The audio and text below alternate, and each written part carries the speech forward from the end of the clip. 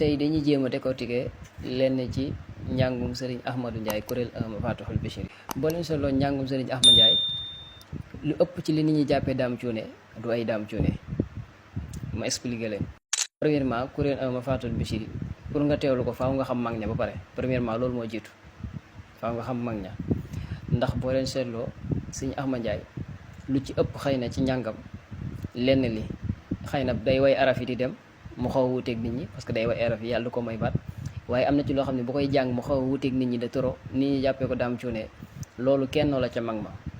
maanaam bu ñu jëloon benn daaj lu ci mel ne daaju bay daam loo kuréel gi daaj bi am nuñ koy transformé ba kuréel gi mën koo jàng léegi nag avant ñu koy transformé na daaj ma meloon ca mag ña loolu la Ahmadou Ndiaye jël di ko jàng ci biir kuréel gi nga xam ne moom la muy jàng te nit ñi jàppee ko daam cuune mooy kennoo ca mag ma comme lu ci mel ne daaji nag bari na waaye dañ ci jël lu ci mel ne daaji bàyyi xulaabu man lam yabuni ala wajalin wala yulaquna maramu walal baba nii la jàngee daaj ba mu jeex mooy kennoom léegi Ahmadou Ndiaye loolu lay jàng ci biir kuréel gi déglu leen